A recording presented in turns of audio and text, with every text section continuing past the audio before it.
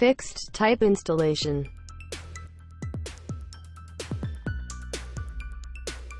Disassemble the interface cover by pushing up the cover in the direction of the arrow. Disassemble the stand bottom cover.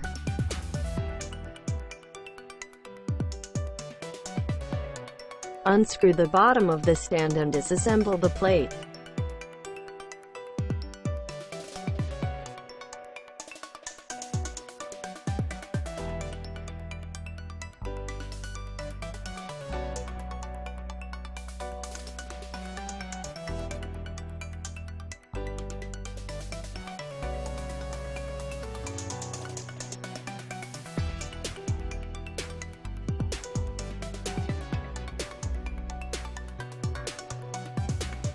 Make a groove on the bottom surface to be fixed as the picture.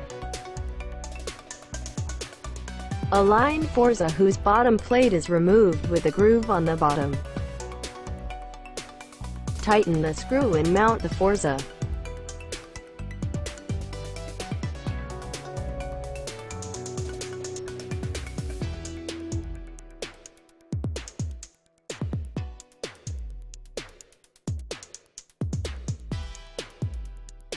Connect the cable.